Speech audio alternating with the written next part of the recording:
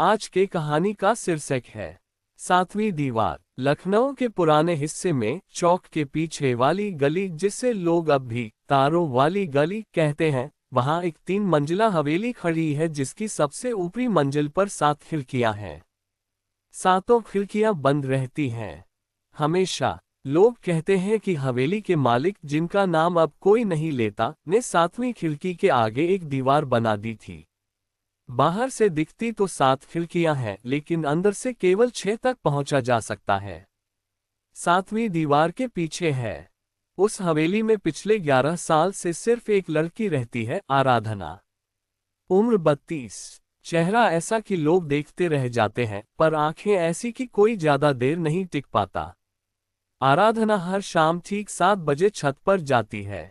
हाथ में एक पुरानी लाल काली साड़ी में लिपटी डायरी। वह डायरी कभी नहीं खोलती, बस उसे छत की सबसे पुरानी कगार पर रखकर 7वीं खिड़की की तरफ देखती रहती है। कभी कभी होंठ हिलते हैं, जैसे कोई प्रार्थना या श्राप। कोई सुन नहीं पाता। एक शाम बारिश के कारण छत पर पानी भर गया था। आराधना फिर भी गई। डायरी गीली हो गई। उसने पहली बार डायरी खोली।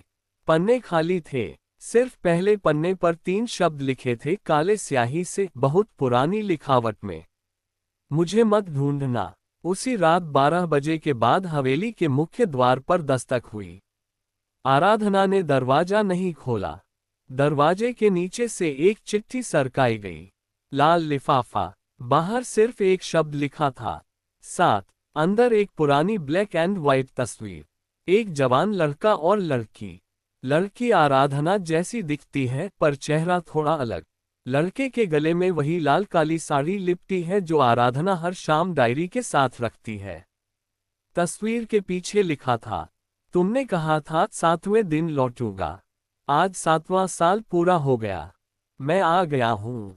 विक्रम। आराधना ने तस्वीर को कई बार पलटा, फिर उसे जलाने के लिए माचिस जलाई, पर आग नहीं लगी। कागज जलता ही नहीं था। उसने उसे कैंची से काटने की कोशिश की। कैंची भी कागज को नहीं काट पाए। उस रात वह पहली बार 7वीं खिड़की के सामने गई। दीवार ठंडी थी, बहुत ठंडी, जैसे किसी ने 100 साल से वहां बर्फ जमा रखी हो। उसने धीरे से कहा, तुम मर चुके हो विक्रम। मैंने खुद तुम्हारी चिता देखी थी। दीवार के दूसरी तरफ से कोई आवाज नहीं आई, पर हवा में एक हल्की सी खुशबू फैल गई, गुलाब और सौंफ मिली हुई। वही खुशबू जो विक्रम लगाया करता था। अगले दिन सुबह आराधना बाजार गई। वहां एक बुजुर्ग हकीम रहते थे, हकीम अब्दुल्ला। उन्होंने आराधना को बचपन से जाना था। हकीम साहब, क्या कोई इंसान मरने के बाद 7 साल बाद लौट सकता है? हकीम ने अपनी चश्मे की कांच उतारी।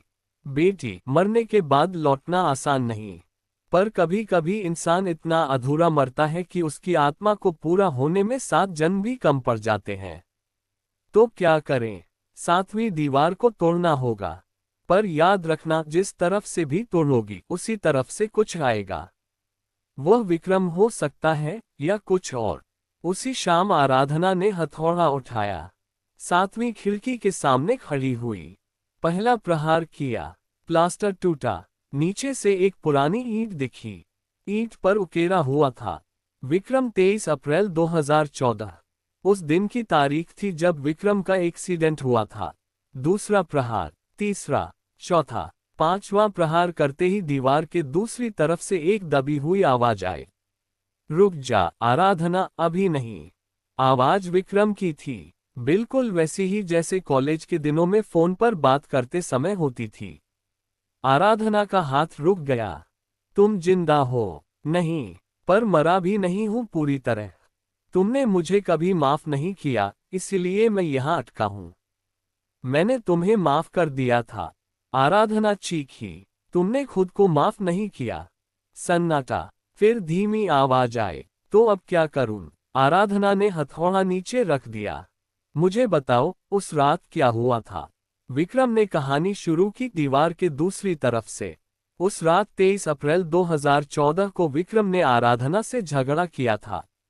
झगड़े की वजह थी एक लड़की, नाम था शालिनी। शालिनी विक्रम की कॉलेज फ्रेंड थी, पर आराधना को लगता था कि उससे ज्यादा कुछ है। झगड़े के बाद विक्रम गुस्से में बाइक लेकर निकल गया। बारिश हो रही थी। वो तेज चला रहा था। सड़क पर एक ट्रक आया। ट्रक ने ब्रेक मारे। विक्रम ने बाइक घुमाई। बाइक पलटी। विक्रम का सिर सड़क पर लगा, पर मौत नहीं हुई। कोमा में चला गया। अस्पताल में 10 दिन रहा। डॉक्टरों ने कहा ब्रेन डेड, पर परिवार ने हार नहीं मानी। मशीनें चलती रहीं।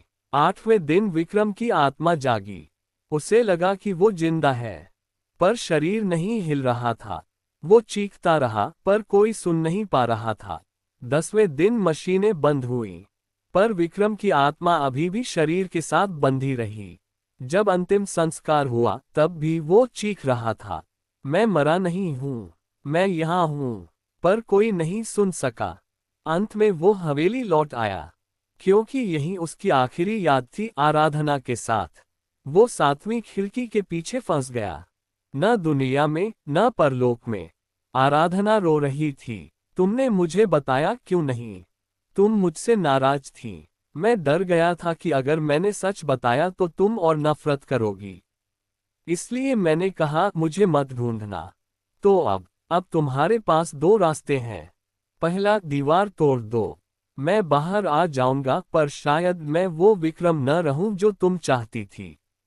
दूसरा, मुझे जाने दो।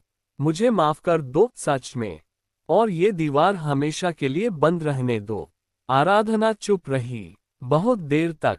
फिर उसने कहा, मैं तुम्हें माफ करती हूँ, पर एक शर्त पर। अगले दिन आराधना ने हकीम अब्दुल्ला को बुलाया। एक पंडित जी को भी बुलाया। दोनों को एक साथ बिठाया।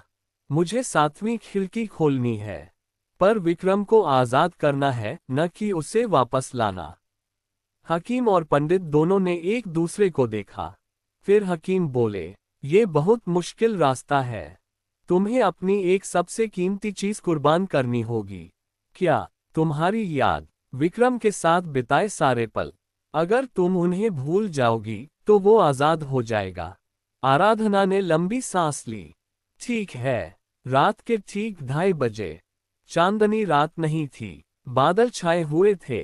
आराधना ने 7वीं खिड़की के सामने एक छोटा सा हवन किया। हवन में डाली गईं वो सारी चीजें जो विक्रम से जुड़ी थीं। लाल काली साड़ी, पुरानी डायरी, वो तस्वीर जो जलती नहीं थी, एक अंगूठी, और सबसे आखिर में आराधना ने अपनी आंखें बंद की। उसने मन ही मन कहा, विक्रम, मैं तुम्हें याद रखना नहीं चाहती। जाओ, आजाद हो जाओ। मैं तुम्हें कभी नहीं ढूंढूंगी। हवन की आग तेज हुई। एक तेज हवा चली। 7वीं दीवार में एक दरार पड़ी। दरार से प्रकाश निकला। न नीला, न पीला, बस शुद्ध सफेद। प्रकाश में विक्रम की आकृति दिखी। वो मुस्कुरा रहा था। उसने हाथ जोड़े, फिर धीरे धीरे गायब हो गया। आग बुझ गई। दीवार फिर से पूरी हो गई, पर अब उसमें कोई दरार नहीं थी, न कोई ठंडक, सिर्फ साधारण दीवार। अगले दिन सुबह आराधना उठी। उसे कुछ अजीब लगा। वो छत पर गई। वहां लाल काली साड़ी नहीं थी, न डायरी। उसे याद नहीं आ रहा था कि वो वहां क्यों गई थी। वो नीचे उतरी। हवेली अब पहले से ज्यादा रोशन लग रही थी। उसने खिड़कियां खोली। 7 खिड़कियां। 7वीं खिड़की भी खुल गई थी। वहां से सूरज की रोशनी आ रही थी। आराधना ने बाहर देखा। गली में बच्चे खेल रहे थे। एक लड़का साइकिल चला रहा था। वो ठीक वैसा ही दिख रहा था जैसा विक्रम बचपन में दिखता था। पर आराधना को कुछ याद नहीं आया। वो मुस्कुराए, फिर अंदर चली गई। चाय बनाए। खिड़की के पास बैठकर चाय पीने लगी। उस दिन पहली बार उसने 7 बजे छत पर नहीं जाना। वो बस घर में रही। खुश रही। खाली, पर हल्की। कहानी यही खत्म नहीं होती। कभी कभी, बहुत रात को, जब पूरा मोहल्ला सो जाता है, तब भी कोई 7वीं खिड़की के पास आकर खड़ा हो जाता है। वो कोई और नहीं, विक्रम है। वो अब आजाद है, पर जाने क्यों वो बार बार लौट आता है। वो खिड़की के शीशे पर उंगली से लिखता है, धन्यवाद, फिर मिट जाता है, क्योंकि आराधना को अब कुछ याद नहीं। और विक्रम को अब कुछ रोक नहीं सकता। पर वो फिर भी आता है, क्योंकि प्यार कभी कभी माफी से भी बड़ा होता है। वो बस देखना चाहता है कि आराधना अब मुस्कुरा रही है, खुश है, आजाद है। और जब वो देख लेता है तो चुपचाप चला जाता है, 7वीं दीवार के पार, जहां अब कोई दीवार नहीं।